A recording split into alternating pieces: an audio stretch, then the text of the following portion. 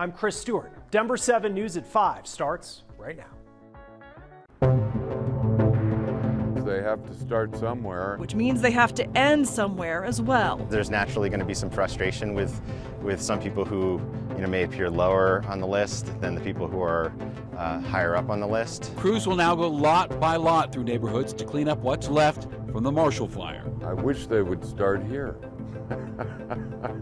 Police warning about a new trend among thieves hoping to steal a catalytic converter. There's a lookout who tends to have a firearm. And a Green Valley Ranch HOA foreclosed on dozens of homes. Now neighbors are fighting back. First, like I said, I thought it was just me, but then I found out all of these other people was going through it. It's ridiculous. Good evening. Thank you for joining us at 5. I'm Shannon Ogden. And I'm Jacqueline Allen. For months, hundreds of Marshall Fire victims who opted into Boulder County's cleanup program have been waiting for the debris removal to start. And finally, they know which areas will be first. So they include the El Dorado neighborhood in Louisville, Sagamore and Original Town in Superior, and Marshall in unincorporated Boulder County. Work is expected to begin mid-April, should take about 4 months to complete. Denver 7's Colette Bordelon is live in Superior. And Colette, you talked to one of the families. They just cannot wait for this work to start. Yeah, that's right. They've been driving by this destruction for months now. It's obviously very hard to see, and that just doesn't get any easier. Now, how these areas were picked to go first on that debris removal list has to do with a couple of standards, two set forth by FEMA, since this is a project that they're funding. She gave me these flowers to put on my 150-year-old corner post. This survived? Yeah. Looking at what made it. Kathy and her sister came out here and planted them last Sunday. And what's being brought back. I've lived in Superior since 1975. Ross Morgan still can't believe this is his neighborhood. We like to call it Original Town. His home and his neighbors burned in the Marshall Fire. We've had a couple of neighborhood reunions right here. He decided to have a private contractor clear his lot. And I wish I could do that for all of my neighbors. Right next door. Yeah, so we're up in the next piece here. Well, we've known Russ for a bunch of years. Carl Worthington opted for the company contracted by Boulder County. That's his property with everything gone. Here's in front of us here now is where my house was. But now there's a contrast in the neighborhood that can't be ignored. Just like a cloud of uncertainty over the residents' heads about how long the debris removal is going to take. A cloud starting to clear with the list of locations released today, showing where DRC Emergency Services will start their debris removal. It's the most equitable process they could create. It starts with the removal from homes with the highest risk of contaminating things like waterways.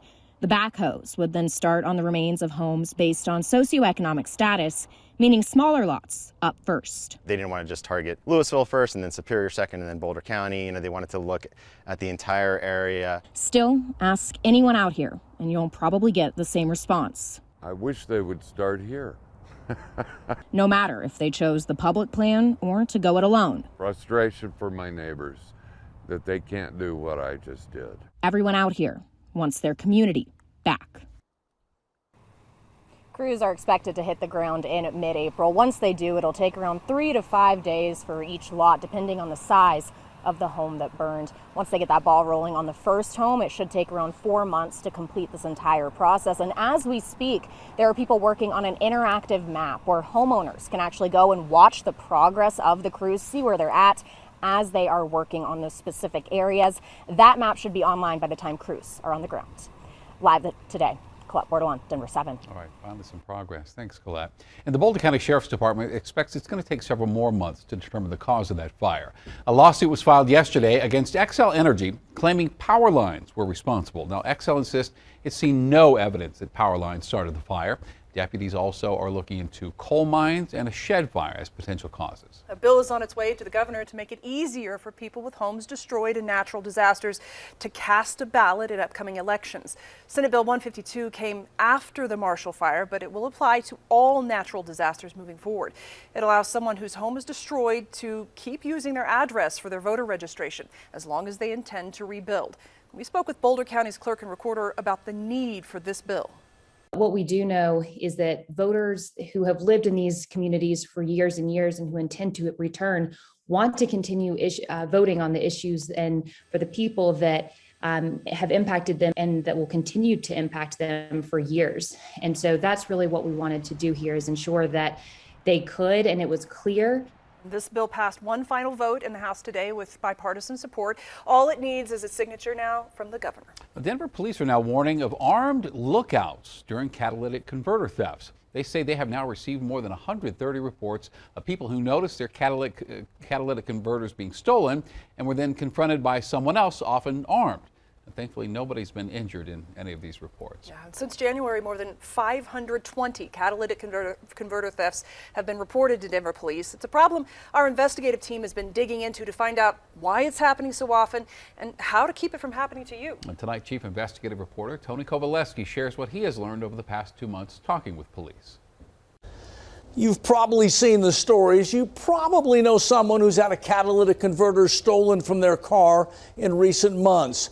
Over the past several weeks, our investigative team has been diving into the numbers, looking closely at the data. Where are they getting stolen and who's watching? Is there any accountability? I just think this whole thing needs to be escalated. Not enough's being done. The public needs to know about it. I just got in and started it up, and it was so loud. It was deafening and embarrassing. People want to know, have you made any arrests? We have not. Did you know there were nearly 100 catalytic converter thefts at that location? Those numbers I did not know. We invite you now to join us on Denver 7 at 10 as we dive into this issue, taking you through the data and showing you where the problem spots are and what law enforcement is doing about them. I'm Chief Investigative Reporter Tony Kowaleski. Another round of peace talks taking place today between Ukraine and Russia. Russian Foreign Minister Sergei Lavrov told reporters some progress had been made, with Ukraine understanding that it would not join NATO. But Lavrov added that, quote, peace talks inevitably have to continue. Now, today, the Red Cross helped with efforts to get nearly 2,000 civilians out of that Ukrainian city of Mariupol. That's despite a Russian blockade for preventing humanitarian deliveries. An estimated 100,000 people are still trapped in that city with little food, water, or electricity. Denver 7 first reported last month about dozens of homeowners in Green Valley Ranch facing foreclosure, all because of HOA fines and fees. And today, Denver 7's Micah Smith finally heard from the Homeowners Association, and she also spoke with a group of protesters fighting back. A broken down car in the driveway, weeds growing in the front yard, damaged siding. In parts of this Denver neighborhood, under the Masters Homeowners Association of Green Valley Ranch, these infractions can lead to fines. And when unpaid, they can lead to foreclosures. The first fines was like $180 or something like that. And then it ended up being $2,000. And now today, is $9,000. Michael Washington has lived in Green Valley Ranch since 1996. Washington says broken blinds and weeds in his front yard led to the HOA initiating foreclosure proceedings on his property. Now he has until June to pay $9,000 in fines, money Washington says he doesn't have. I want to keep my house, you know that, I'm not going to sell my house, a $400,000 house for $9,000. Washington says he thought he was alone, but recently learned his HOA is foreclosing on more than 50 people in his neighborhood. There's no reason for people to lose their homes over oil stains or weeds or dumb stuff. Concerned neighbors who are not facing foreclosure organized this small protest outside the HOA's office to make sure their neighbors losing their homes over fines aren't forgotten. And we didn't even realize that was a power the HOAs have.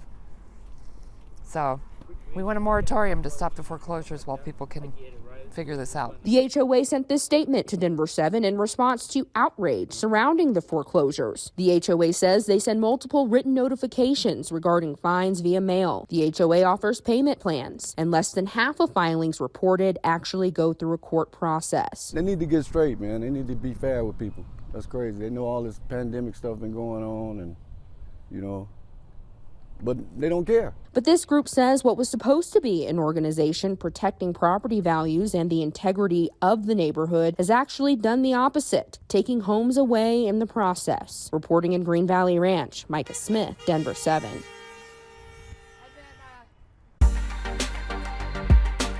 when they see the dog, a big smile comes across their face, their body shifts. A Colorado hospital sees the benefit of extra comfort in the ER. Brings us a lot of joy, and it's a two-way street. The dogs just brighten everybody's day.